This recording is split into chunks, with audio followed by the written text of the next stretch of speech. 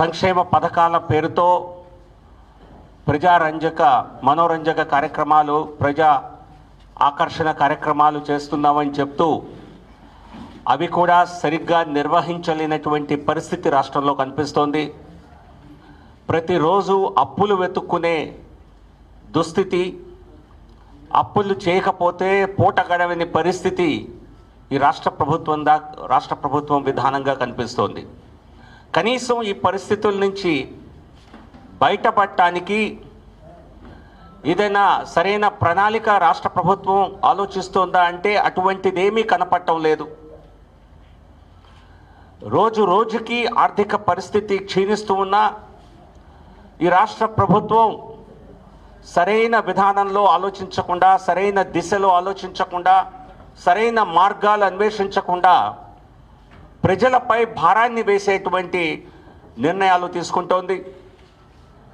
మరి మాకు చేతనవ్వటం లేదు అని ఒప్పుకోకుండా ఏదో ఒక సాకుతో ఈ ప్రభుత్వం ప్రవేశపెట్టిన పథకాలని, అందులో కొన్ని కేంద్ర ప్రభుత్వ పథకాలని కూడా నీరుగార్చే విధంగా కొత్త ఆదేశాలు ఇస్తోంది. సో దీన్ని బట్టి చూస్తే ఈ రాష్ట్ర ప్రభుత్వం పూర్తిగా వైఫల్యం చెందింది అన్నది స్పష్టంగా ప్రజలందరికీ అర్థమవుతోంది. ఈ రాష్ట్రంలో జరిగే అభివృద్ధి అంతా కూడా కేంద్ర ప్రభుత్వ ఆధ్వర్యంలో జరిగే కేంద్ర ప్రభుత్వ పథకాల ద్వారా, కేంద్ర ప్రభుత్వం మరి నిర్మిస్తున్నటువంటి ప్రాజెక్టుల ద్వారా జరిగేది తప్పితే రాష్ట్ర ప్రభుత్వం స్వతహాగా మరి ఏ అభివృద్ధి అంశంలోనూ ఒక రూపాయి ఖర్చు పెట్టినట్టుగా దాఖలాలు లేవు. పైపెచ్చు కేంద్రం చేసే అన్నీ కూడా తాము చేసినట్టుగా చెప్పుకుని మరి ప్రజల్ని మభ్యపెట్టేటువంటి ఇటువంటి రాజకీయాలు ఈ రాష్ట్ర ప్రభుత్వం చేస్తోంది, మోసపూరిత రాజకీయాలు. విశాఖపట్నం రాయ్పూర్ మరి express way, green field express way నిర్మాణం జరగబోతోంది. అదంతా కేంద్ర ప్రభుత్వం స్వంత ఖర్చుతో రూపాయి రాష్ట్ర ప్రభుత్వాల ఖర్చు లేకుండా చేస్తుంటే అది మాఘంతగా చెప్పుకునే ఈ ప్రభుత్వం పనిచేస్తోంది. ఈ మధ్యలో విజయవాడ మరి బెంగళూరు కొత్త ఎక్స్ప్రెస్ వే నిర్మాణానికి కేంద్ర ప్రభుత్వం అనుమతులు ఇస్తే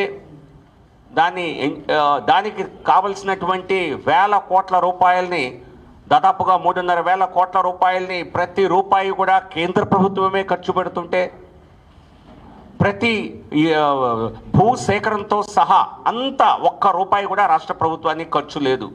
మరి దాన్ని కూడా తమ ఘనతలాగా మరి వారు చెప్పుకుంటూ ప్రచారం చేసుకుంటున్నారంటే ఈ రాష్ట్ర ప్రభుత్వ పరిస్థితి, ఈ రాజకీయాలు స్పష్టంగా మోసపూరిత రాజకీయాలు అర్థమవుతున్నాయి. మరోపక్క రైల్వే రంగంలో మరి విస్తృతంగా కేటాయింపులు కేంద్ర ప్రభుత్వం చేస్తే రైల్వే స్టేషన్స్, ఫెసిలిటీసు, ప్యాసింజర్ ఎమ్యూనిటీసు వీటికి సంబంధించి ఖర్చులన్నీ కేంద్ర ప్రభుత్వమే, రైల్వే శాఖే భరిస్తుంది. దాన్ని గత యూపీఏ హయాంలో కంటే 4 రెట్లు ఎక్కువ కేంద్ర ప్రభుత్వం గత 7 సంవత్సరాల్లో ఖర్చు పెట్టింది.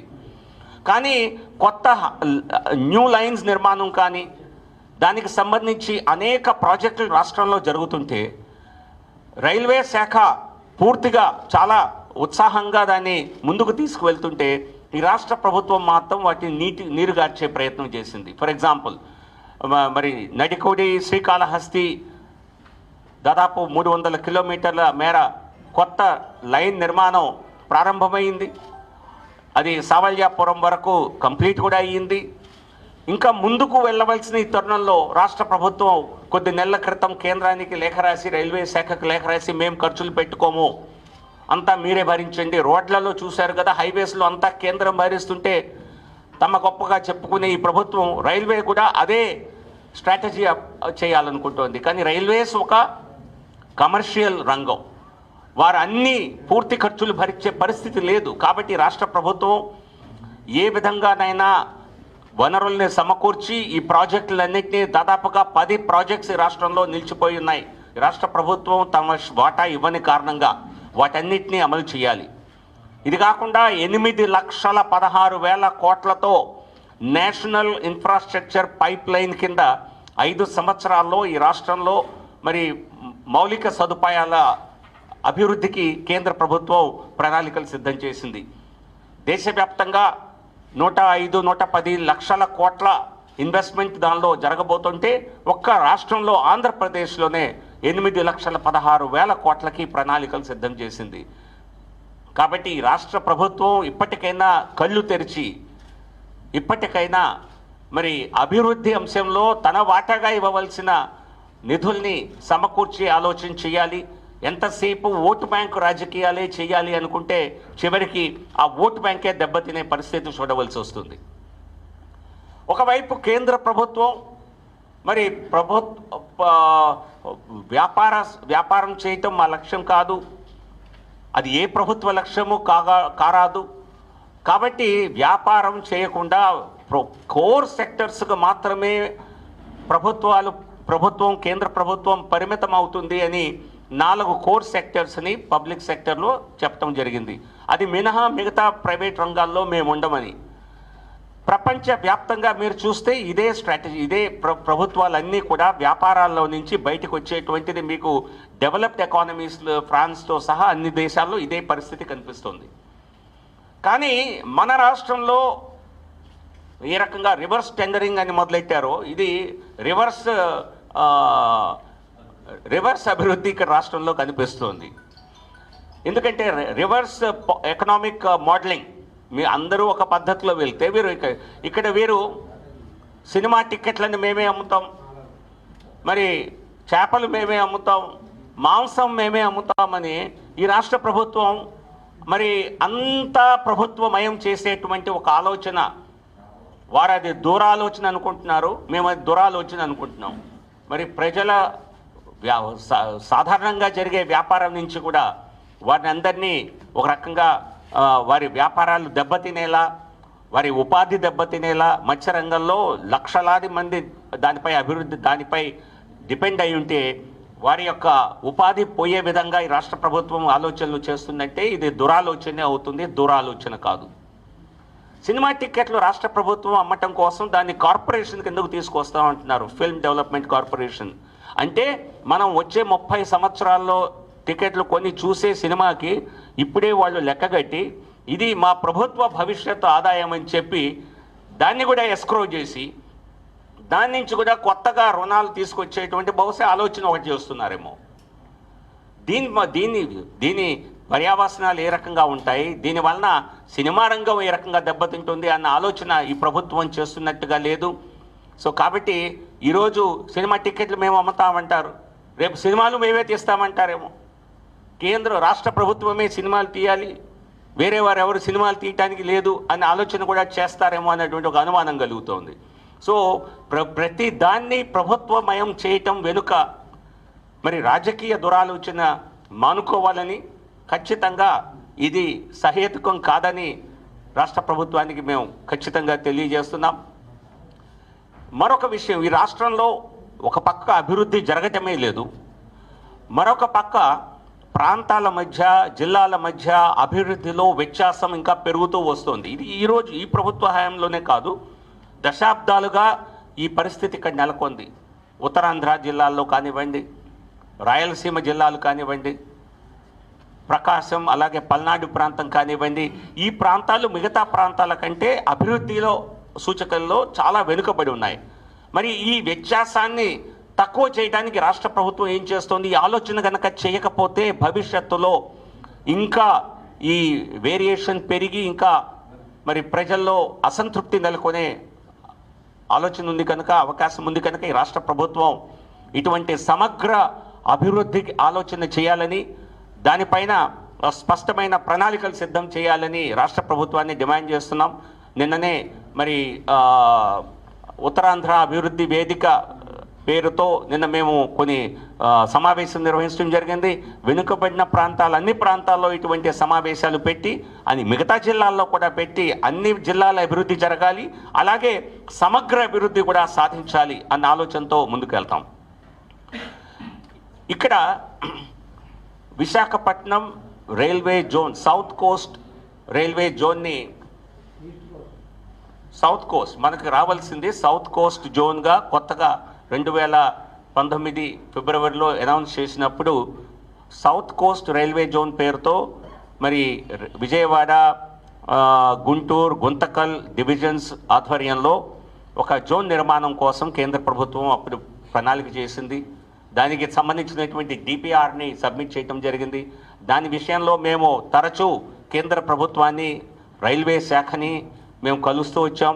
మొన్న కొద్ది రోజుల క్రితం కూడా ఒక దాదాపుగా 2-3 వారాల క్రితం సోమవీర్రాజు గారు, మాధవ్ గారు కూడా ఢిల్లీ వచ్చినప్పుడు రైల్వే శాఖ మంత్రి గారిని, కొత్త మంత్రి గారిని కలిసి చెప్పాం. గత వారం నేను railway board chairman Sunith Sharma గారిని కలిసి స్పష్టంగా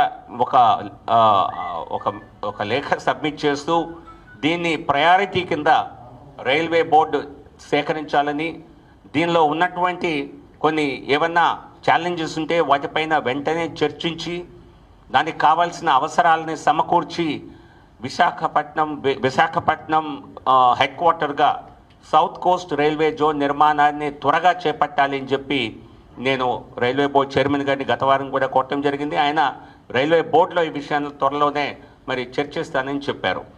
అలాగే ఇక్కడ క్షేత్రస్థాయిలో ఈ రైల్వే బోర్డు కొత్త జోన్ నిర్మాణానికి వచ్చేటువంటి అధిగమించవలసినటువంటి ఏదైనా ఛాలెంజెస్ ఉంటే వాటి గురించి తెలుసుకోవటం కోసం నిన్న ఇక్కడ ఓఎస్డీగా నియమితులైనటువంటి ఈ జోన్ కోసం ఓఎస్డీగా నియమితులైన చంద్రశేఖర్ గారిని, నేను, మాధవ్ గారు, విష్ణుకుమార్ రాజు గారు, మా జిల్లా అధ్యక్షులు రవీంద్ర రెడ్డి గారు వారిని, అలాగే కొత్తగా డిఆర్ఎంగా వచ్చినటువంటి అనూప్ కుమార్ గారిని, వారిని కూడా మేమందరం కలిసి, సత్పతి గారిని కలిసి ఈ కొత్త జోన్ నిర్మాణంలో మరి ఏ రకంగా ముందు స్టెప్స్ ఏ రకంగా తీసుకోవాల్సి ఉంటుంది, దానిలో చేయవలసినటువంటి ప్రణాళికలు ఏమిటి, ఎందుకంటే పూర్తి అవగాహన ఉంటేనే ఏదన్నా కేంద్ర ప్రభుత్వ దృష్టికి తీసుకువెళ్ళాలన్నా మరి ఇంప్లిమెంటేషన్లో వచ్చే ఇష్యూస్ని గురించి ముందుగా ప్రస్తావించాలన్నా ఈ క్షేత్రస్థాయి ఈ సమావేశం, ఈ క్షేత్రస్థాయి రివ్యూ అవసరమని నిన్న మాట్లాడటం జరిగింది.